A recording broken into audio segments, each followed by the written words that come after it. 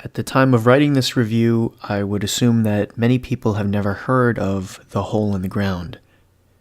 It seemed to fly pretty far under the radar for most people, even people who enjoy horror movies.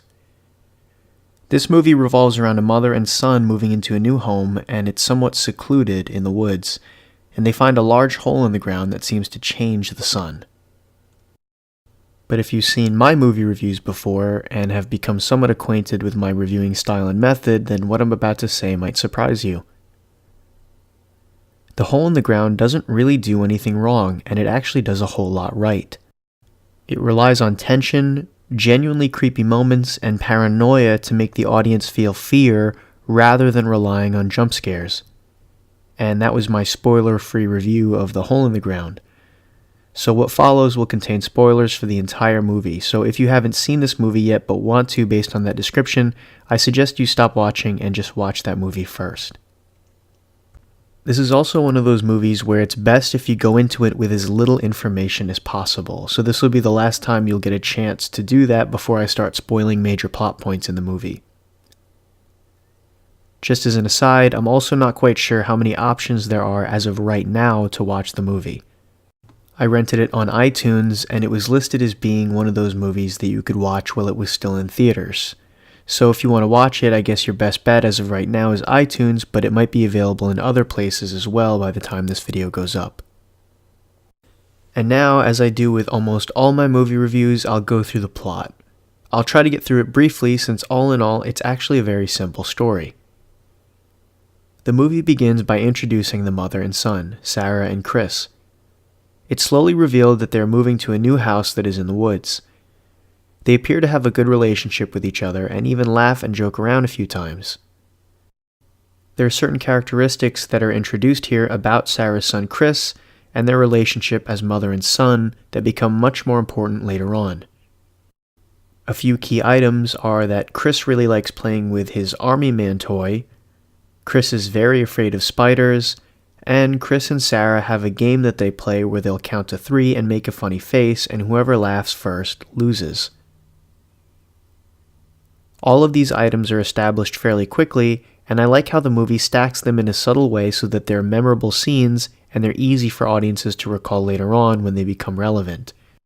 What's good is the movie doesn't throw these items in your face with a big sign that says, "Hey, you see this? This is going to be important." All of these things seem natural and organic in the movie in how they appear and play out, and the excellent acting only emphasizes this and makes it more real to the audience. Early on in the movie, there's also a creepy interaction between Sarah and an old woman who lives in the same area as her, named Noreen. Noreen appears in the road and Sarah almost hits her with her car, but only ends up damaging her side mirror, which flies off.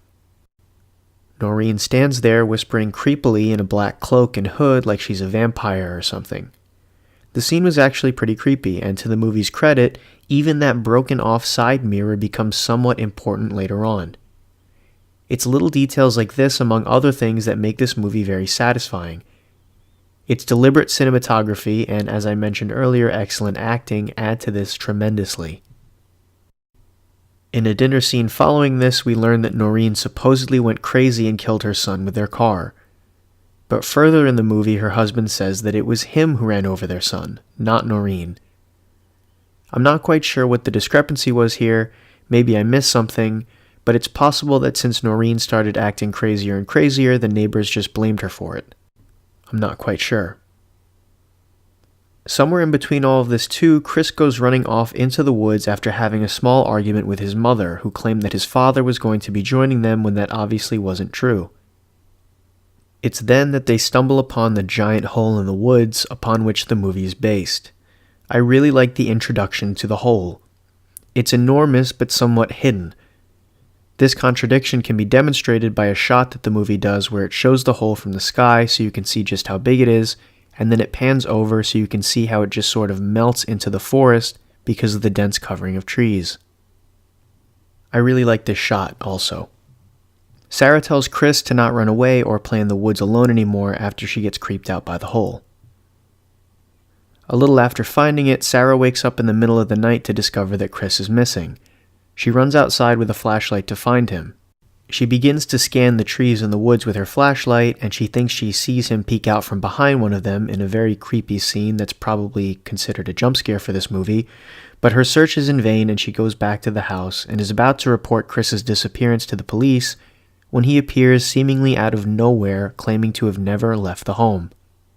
What follows right up to the climax of the movie is an excellent exercise in paranoia. Sarah begins to feel that something is off with Chris since that night.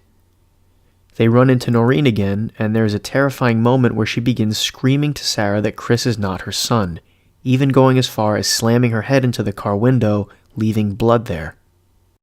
Later on, when Sarah tries to find Noreen to ask her what she meant by saying he's not your son, she finds Noreen dead on her lawn.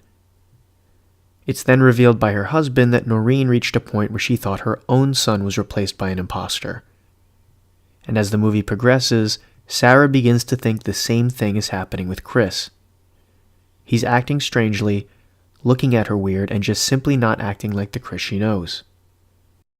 One of the most creepy instances where Sarah sees Chris acting out of character is when she peeks through the bottom of his bedroom door one night and sees him chase a spider around on all fours and then eats it in the most disgusting way possible. The audience even sees the legs of the spider disappearing to the side of Chris's mouth. As someone who's actually afraid of spiders, I can tell you that this scene was absolutely disgusting and terrifying in one of the most satisfying ways possible. Sarah also eventually finds his army man toy out in the woods when she's out for a run. This is one of his favorite toys, like they established in the beginning of the movie. This proves not only that he's been in the woods when he said that he wasn't, but also that he hasn't been playing with one of his favorite toys. After a small confrontation with her son, Sarah even buys a camera to record him, even claiming that she sees something in the footage that proves that he isn't Chris. It's not exactly confirmed what she sees, though. The movie also keeps the plot interesting by doing something extremely clever. You find out during all of this that Sarah is on medication to help with anxiety. It's also insinuated that it helps her sleep. There are a few instances in the movie where Sarah will dream about Chris acting strange or horrible, only to reveal after the sequence is over that it's a dream. Sarah also begins to appear more and more unstable and manic as the movie goes on. This creates paranoia now for the audience. Is something really wrong with Chris? Or is it all happening in Sarah's head, and is she about to do something horrible to Chris because she incorrectly thinks her son has been replaced with an imposter? The audience is kept even more on their toes by the fact that there are times where Chris acts like a genuine little boy who simply can't understand why his mother is having a breakdown. The choice to include this feeling of uncertainty throughout the movie was an excellent one, and it helped keep the movie interesting throughout because it could come across as pretty slow in parts. So the audience is kept wondering what is actually happening. Is Sarah going insane, or is Chris actually an imposter? Chances are most viewers will lean heavier on the side of Chris being an imposter, since most of the evidence the movie gives points in that direction, but it's still good to introduce that hint of doubt as well as to what's actually happening. By the climax of the movie, it's confirmed that Chris truly isn't Chris. He's been replaced by something else. Sarah tries to play the game with him, the one where they count to 3 and make a face, and Chris doesn't react. Sarah tries to drug his food to knock him out, which leads to Chris exposing that he is something else by literally throwing Sarah around the room like a rag doll, and then attempting to bury her head in the dirt. I'll come back to why I like this scene and why it's important later on. Around this time, the drugs kick in and fake Chris gets knocked out as Sarah wakes up. She carries fake Chris into the basement. She picks up the side mirror from the beginning of the movie and attempts to look at him with it, but the reflection is a creature that snarls at her. She then runs off into the woods towards the hole as she tries to figure out what is going on and where the real Chris went. She then gets sucked into the hole and ends up in an intricate cave system underground where she discovers some human bones. She also finds the real Chris, who appears to still be alive but unconscious. Sarah then discovers that the cave system is inhabited by these dark, faceless creatures that sort of look like a cross between the things from The Descent and the creatures from A Quiet Place. What follows is, in my opinion, the best scene and the most subtly terrifying scene in the entire movie, while simultaneously tying everything together without being too obvious. The creatures start chasing them, and Sarah desperately tries to escape the cave system with Chris. As she's about to exit, her arm is grabbed by one of the creatures, and she tries to smash it with the flashlight. When she looks up, she sees not the creature, but herself smiling back at her. It is such a creepy smile on an otherwise expressionless face that I have to say that this scene is the scariest in the whole movie, followed closely by the spider-eating scene. This implies that the creature is attempting to mimic Sarah as well. Sarah smashes the creature's hand and they escape. She then returns to the house where fake Chris is and burns it down. The movie then cuts to a later date. Sarah and Chris appear to be happy and have a good relationship that they had in the beginning. The last shot of the movie is Sarah peering through the windows at Chris, who's riding a bicycle. She's taking candid shots of him with a new camera. She then scrolls through the pictures trying to find any indication that it may not be her son. As the camera pans out, it's shown that their entire house is now filled with mirrors. The scene cuts to black and the movie ends. Now, this wasn't the best horror movie I've ever seen. But for the fairly basic plot and seemingly low budget, this movie has much more thought and detail put into it than many others I've seen released recently. The things they showed the audience made sense within the context of the movie. The acting and the story progression only served to emphasize this. I'll now go through some of the details and things I liked in this movie. I realize that some of them might be a stretch, but they made sense at the time of writing this review. It was like a whole bunch of little Chekhov's gun concepts being implemented in a really effective way throughout the story. There was some great attention to detail here. The first thing I liked was the side mirror being the object that finally reveals what Chris truly is. This is probably the most insignificant one on the list, but I like this because it made the movie feel more connected to itself, if that makes any sense. Another thing that I liked about this movie was how it established Chris's characteristics. Now, obviously the movie had to do this. In order to show why Chris might be an imposter later on, the movie had to establish Chris's baseline behavior so the audience had something to compare it to. But it felt natural and organic, which, like I said earlier multiple times, was due in no minor part to the excellent acting. Another thing I liked about this movie was the fact that fake Chris ate the spider. Now, when I first saw this scene, my gut reaction was, oh, well, that's pretty contrived. Real Chris is afraid of spiders, so let's just have fake Chris do the exact opposite and foul thing and eat this nasty spider. But when I thought about it, the choice was a very clever one once the movie was done. Chris was actually some kind of a mimic creature that lived underground, meaning it would make total sense that it would be eating bugs and insects.